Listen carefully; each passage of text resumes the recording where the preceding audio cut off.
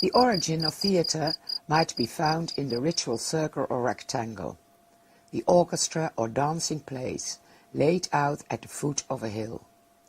Here Dionysus was celebrated, the Greek god of fertility and wine, said to be born out of the thigh of Zeus.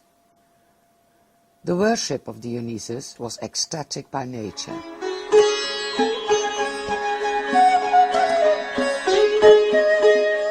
In the 6th century BC, the celebration became formalized and ritualized. Women were not allowed anymore to participate.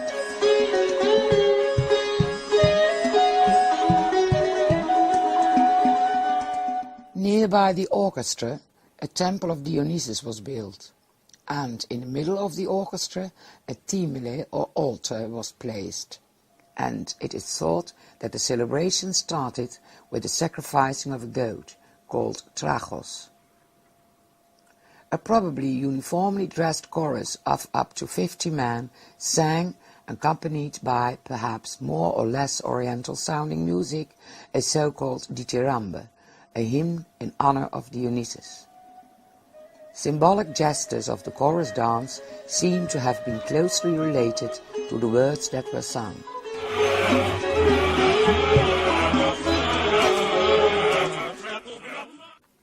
Allegedly, the poet Arion was the first to transform the dithyrambe into a literary composition. With Arion, the beauty of language entered the ritual celebration. In the late 500s BC, in Athens, a democratic discourse arose, striving to give all male inhabitants of middle and lower classes a voice in state affairs. In that period, a singer of dithyrambe named Thespis is credited with innovating a new way of performing the dithyrambe in which a solo actor impersonated the characters of the songs. He used masks to distinguish between different characters. He became the answerer, or hypokritos, by wearing a mask of, for instance, a god. He, as it were, stepped out his normal being, the ekstase, and came in a state of divinity, the entustase. The actor spoke and acted as if he was divine, and interacted with the leader of the chorus and its members, who acted as narrators and commentators. This new style of performance, based on a written text and, not to forget, in the presence of an audience,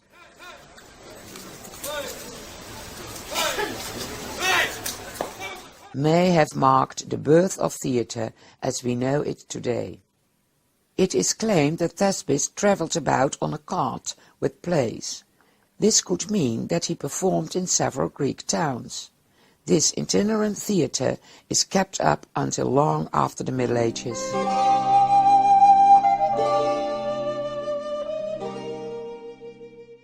In 534 BC, during an annual festival called the City of Dionysia, a competition for the best tragedy was instituted by the ruler of Athens at that time, Pisistratus, and Thespis won this first documented competition.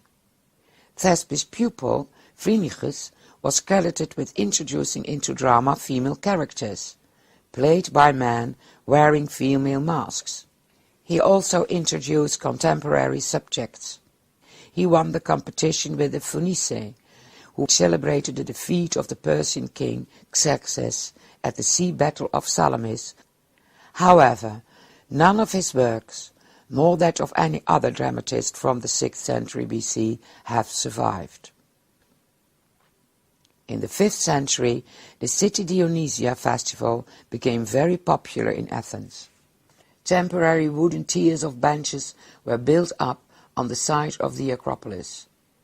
Note the rectangular shape of the orchestra. During the festival, a rectangular building called the skene, meaning tent or hut, was erected behind the orchestra, where the actor, who played several roles, could change his costume and mask.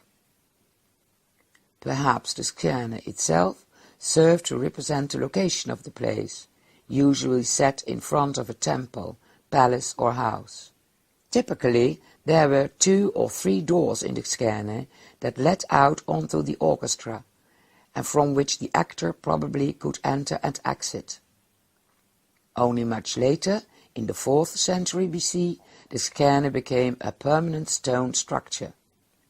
Of all the hundreds of tragedies known to be written in the 5th century, 32 tragedies of only 3 playwrights have survived. The first of these playwrights was Aeschylus. He diminished the importance of the chorus and reduced it to 12 men. He probably innovated a second actor, thus making dialogue between characters possible. Each of the 2 actors usually played more than one role, including female characters. They wore always painted masks made of perishable linen, cork or lightweight wood. In particular on vase paintings, these tragic masks and costumes are depicted, but in most cases these faces are from a period later than the 5th century.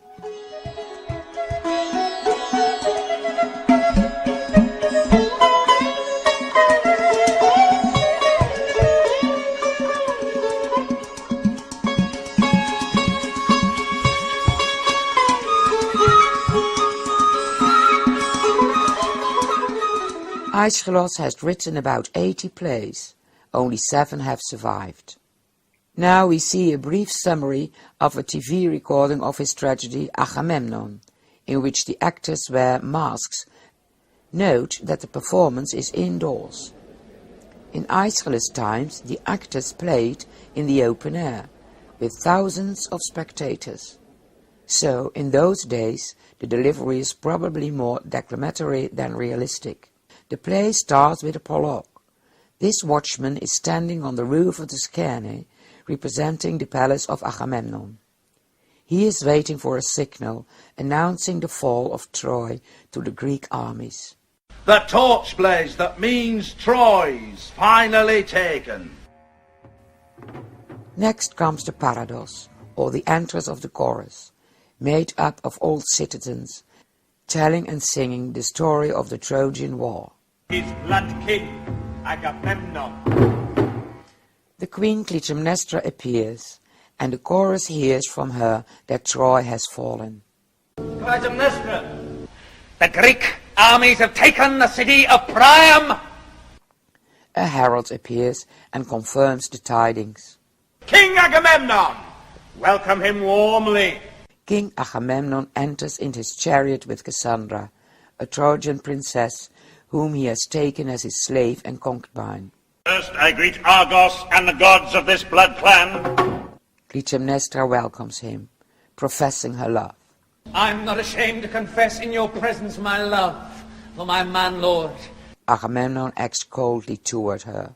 Your words, like my absence, lasted too long. And eventually he walks on a carpet of purple robes and he enters the palace.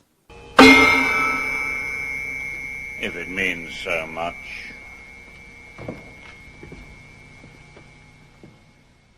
She tells the chorus that they will see their king dead. One strokes for the slave girl, butchered defenseless. The chorus fears grow, and they hear Agamemnon cry out in pain from inside the palace.